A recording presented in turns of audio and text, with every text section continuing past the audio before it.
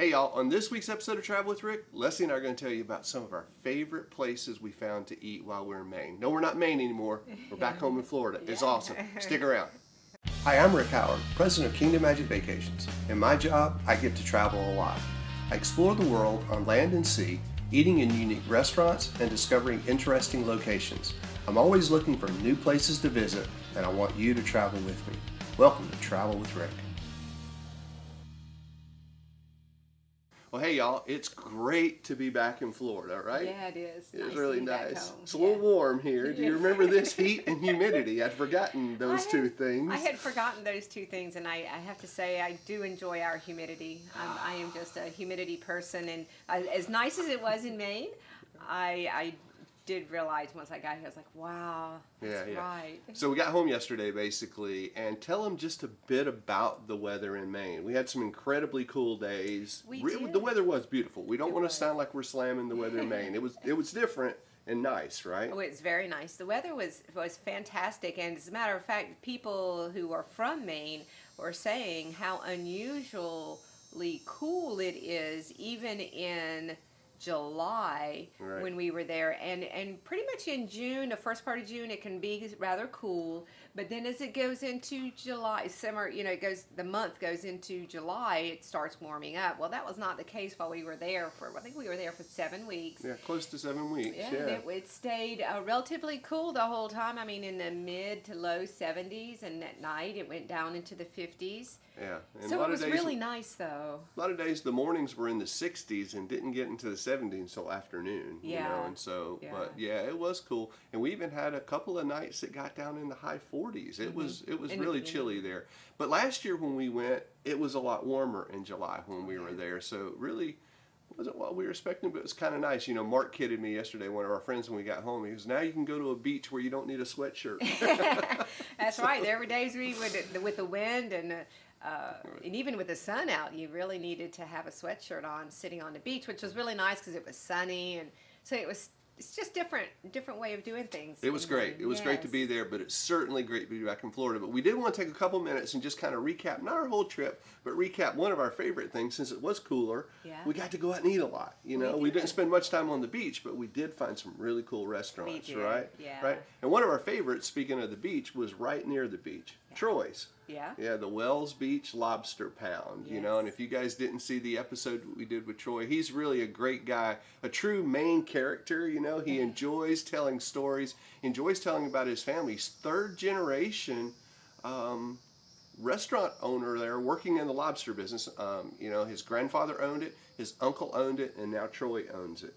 And we did a great show with him where he actually showed us how boiling a lobster and cracking up a lobster and eating some fresh lobster.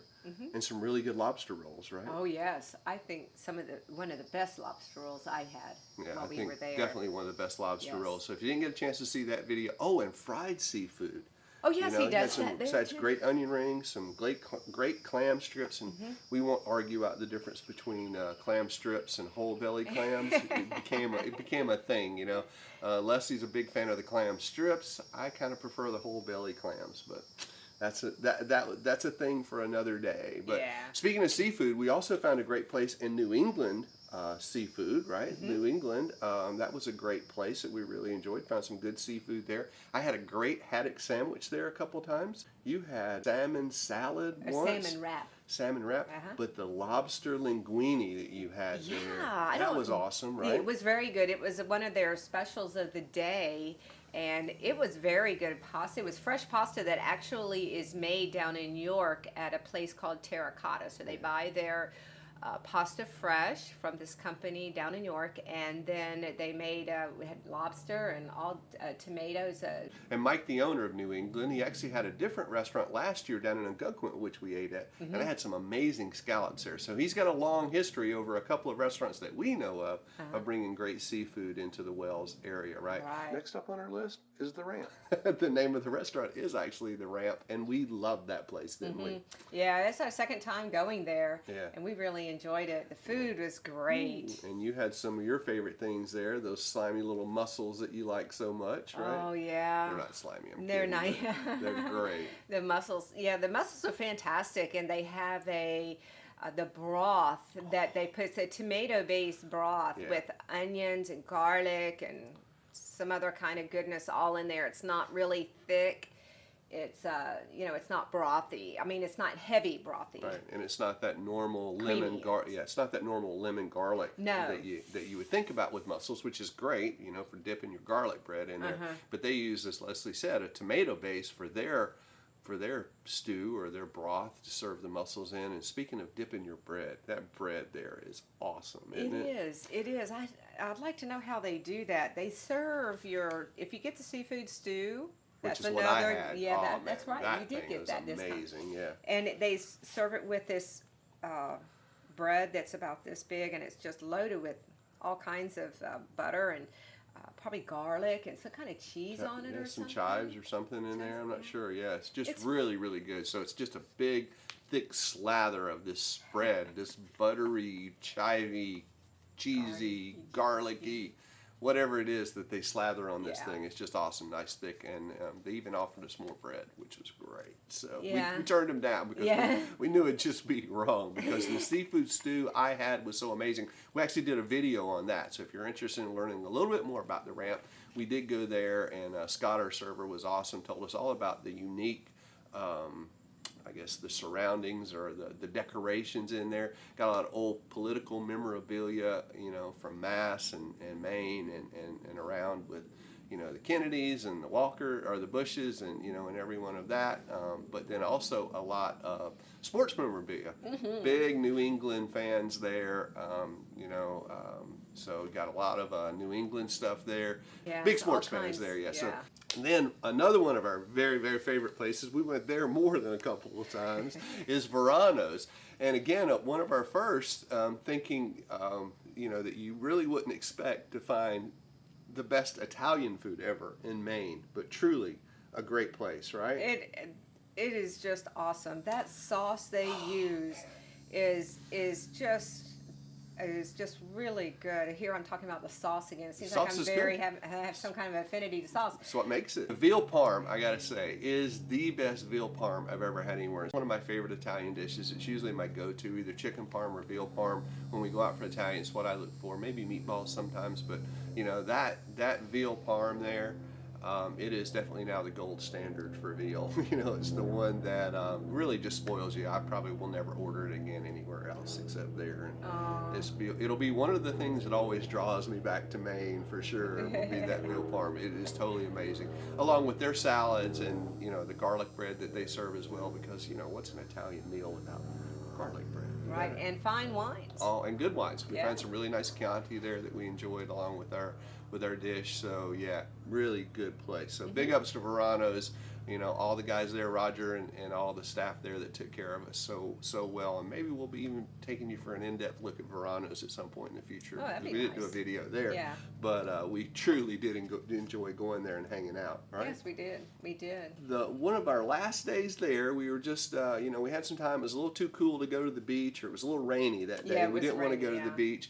But we did want to kind of go out and discover a little bit more before we took off for Florida again. So we took a drive down to the Nubble Lighthouse, which is in Cape Nettic and York, all kind of the same area. Yeah, and in Cape Nettic, we found a nice little lobster pound down there. Just driving around, we're looking for a place to have lunch, and this place was on the water and looked kind of cool, right? It and so we did. stopped in there, and what did you have? You had the mussels again, didn't you?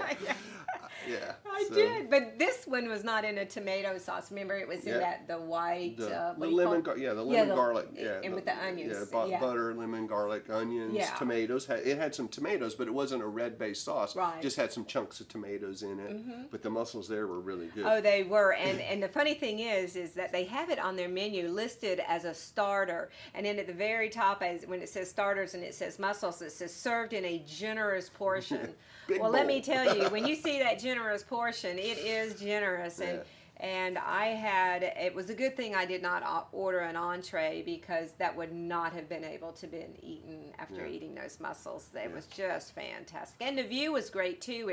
We were taking a scenic route up, it was called Shore Road, and it's just a beautiful, beautiful drive along the coastline, and along some waterways on the west side of the road as you're going north on shore, and some marsh area. And the tide is so unique how it just comes in and comes out. I mean, it is a big tide difference there. And yep, and there we also had we had a great appetizer in the calamari. Had some wonderful fried calamari there, which was really fresh, nice breading on it, not too heavy. No. Some of the better calamari. I still always say that the best calamari I've ever had is Impala. Yeah. On Disney Cruise Line, whichever ship it is, their calamari is just always top notch. I love the peppers that they put with it, but I tell you, it's probably close second or right up there. Not right up there, but definitely close second to Palo calamari. It's very good. It was. Very it was tender. Nice and tender. Mm-hmm. Yeah, because that's what can happen. It can get a little chewy, it can get a little whatever, and then the breading kind of depends on how good it's going to be too. And theirs was nice and light and good. Yeah. So, and I had it kind of became my theme too. I had a nice fried fish sandwich there, which was awesome. We didn't mention Billy's Chowder House. That's another one that we found right down the street from Varanos. From Varanos. Mm-hmm. Also in a nice marsh area there. Oh, yes. You know, just on the other side of the beach, where when the tide comes in, the marsh fills up. They've got a wonderful, beautiful location there for watching, and some great seafood there as well. Oh, yes, right? yes. Always what was enjoy that it. stew that I got that time? You got oyster stew the first time we went there. Yeah, they That make broth. a great oyster stew. Oyster soup maybe, and I had the lobster stew, I think. Maybe that's what it was. Yeah, and their lobster stew, chunks of huge lobster in it. Really, really good. So Yeah, definitely want to give a big shout out to Billy's Chowder House. It was really good. Yeah, that's my best New England accent, my best shot at a New England accent. Yeah, we got poked at a little bit for our accents up there. The Southerners who came to town. But we had a blast, didn't we? Yes, we did. You'll be back up there in September when I'm toughing it out for you guys for food and wine. I'll be stuck in Epcot enjoying food and wine while Leslie's enjoying some of the great food and wine and temps in Maine. And then I'll be joining her later after we get all of our food and wine coverage done. So we're really excited about that, right? Yes. It was a good time, right? Yes. Good to be back in Florida. Yes, Good to be it back is. with you guys here in Florida talking about our trip to Maine. Hope you enjoyed it. You enjoyed it? I did. All right. Hope you enjoyed it. And we'll see you right back here next week for another great episode of Travel with Rick. So long, everybody. See ya. Hey, y'all. Thanks for watching our show this week. Be sure to check out our sponsors below, Kingdom Magic Vacations and Must Love Travel. They're ready to help you when it's time to plan your amazing travel getaway. Hope to see you right back here for another episode of Travel with Rick next week. So long, everybody.